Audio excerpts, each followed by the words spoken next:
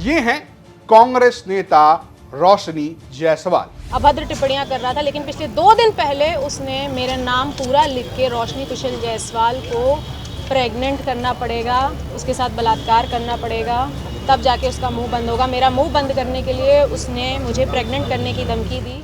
इनका आरोप है कि बीजेपी कार्यकर्ता सैफरान राजेश सिंह ने सोशल मीडिया पर रेप करने की धमकी दी। इसके बाद रोशनी कुशल जायसवाल सीधे राजेश सिंह के घर पहुंच गई, जहां इन्होंने राजेश सिंह की जमकर पिटाई कर दी। ये वीडियो सोशल मीडिया पर जमकर वायरल हो रहा है। ऐसे में सवाल यह है कि आखिर ये रोशनी जायसवाल है कौन? तो चलिए बात करते हैं रोशनी जायसवाल की। रोशनी जायसवाल वाराणसी की रहने वाली है। नेता से ज्यादा इनकी पहचान सोशल मीडिया इन्फ्लुएंसर के तौर पर रही। रोशनी जायसवाल के इंस्टाग्राम पर आज के वक्त में 369K फॉलोअर्स हैं। दरअसल रोशनी फैशन डिजाइनिंग की पढ़ाई कर चुकी है। चर्चा में तब आई जब मिसेस इंडिया ग्लैमरस अवार्ड का खिताब जीतकर बनारस लौटी। वहीं से सोशल मीडिया पर इनकी चर्चा तेज हुई और एक सोशल मीडिया फेम बन गई। जानकारी के मुताबिक रोशनी ने अचानक से समाज सेवा का काम शुरू किया और फिर कांग्रेस पार्टी ज्वाइन करके राजनीति भी शुरू कर दी। 2022 के विधानसभा चुनाव में रोशनी ने कांग्रेस पार्टी से वाराणसी कैंट की विधानसभा सीट से टिकट भी मांगा था, लेकिन टिकट नहीं मिला। इसके अलावा रोशनी अति आक्रामक रूप से बीजेपी और उनके नेताओं पर हमला बोलने के लिए भी जानी जाती है। जब ये विवाद शुरू हुआ तब भाजपा नेताओं ने इसे शेयर करना भी शुरू किया और कहा कि देखिए कैसे कमेंट किए जा रहे हैं।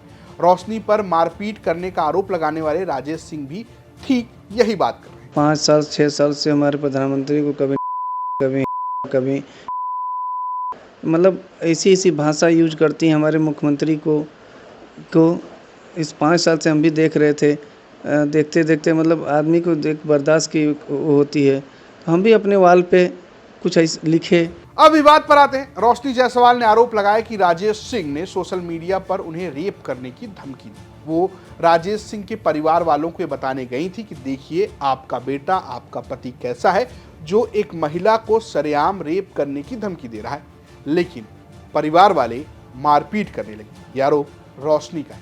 मेरा मुंह बंद करने के लिए उसने मुझे प्रेग्नेंट करने की धमकी दी, जिसके खिलाफ मैंने डीएम और कमिश्नर सर के खिलाफ के ऑफिस में एप्लीकेशन लिखा और आज अपने बहनों के साथ, अपनी चाची मामी के साथ, अपने भाइयों के साथ उसके घर पे पहुंच के उसकी माँ, उसकी बेटी जो कि 16 साल की बेटी है, उसको बताने पहुंची कि उसका बाप, उसका पति किस तरह से दूसरी महिलाओं के साथ बलात्कार करने की धमकी दे रहा है। मैं अकेले घर से बाहर निकलती हूँ अपने बेटे को स्कूल छोड़ने के लिए, उसे ट्यूशन छोड़ने के लिए। मुझे अकेला पाकर वो कभी भी मेरा बलात्कार कर सकता है। मेरा बलात्कार होने के बाद, जैसे आरजीकर मेडिकल कॉलेज की महिला के साथ बलात्कार होने के बाद लोग उसके सपोर्ट में मोमबत्ती लेकर बाहर निकल रहे थे सपोर्ट के लिए।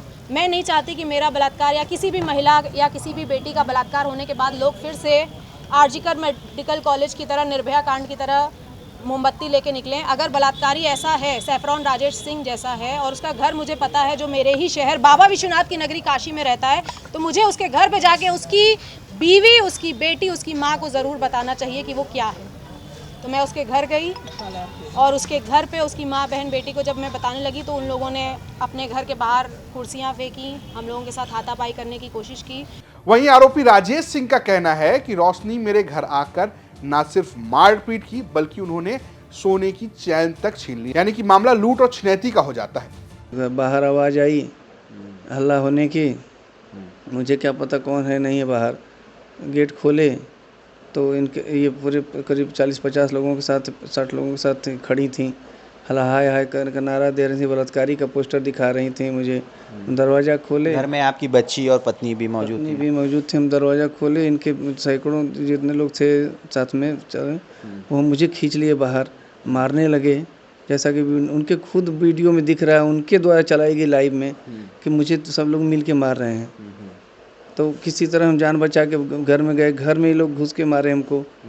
मेरी पत्नी तब तक आ गई बीच में छुड़ाने बाहर गेट पर, तो वो हमको किसी छुड़ाई, उनको मारे, उनके कपड़े फाड़ दिए, उनके चेन पहनी थी, उनके चेन छीन लिए लोग। तो किसी तरह हम जान बचा के अंदर घुस रहे थे, अंदर घुसने नहीं दे रहे, खींच रहे थे हमको लोग। फिर अंदर नहीं हम अपने को बचा पाए तो अंदर घुस रहे थे, अंदर घुस के मारे। इन आरोपों को लेकर जब हमने रोशनी जायसवाल से बात करने की कोशिश की तो उनसे संपर्क नहीं हो पाया। रोशनी कुशल जायसवाल से भी कई बार संपर्क करने की कोशिश की गई और इसी कड़ी में हम उनके घर आ पहुँचे हैं, लेकिन घर पे मौजूद लोगों की तरफ से ये बताया गया है कि पिछले 2 दिनों से वो घर पर नहीं है और न ही उनका परिवार है।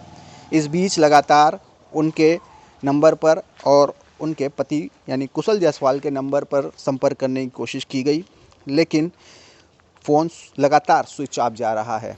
वहीं अगर हम बात करें पुलिस की तो वो दोनों पक्षों पर मुकदमा दर्ज कर चुकी है और अपनी जांच कर रही है। फिलहाल ये स्टोरी भेजी थी वाराणसी से हमारे सहयोगी रोशन जायसवाल ने, प्रस्तुत किया मैं रजत ने और कैमरे के पीछे हैं सायुज। देखते रहिए यूपी तक। नमस्कार।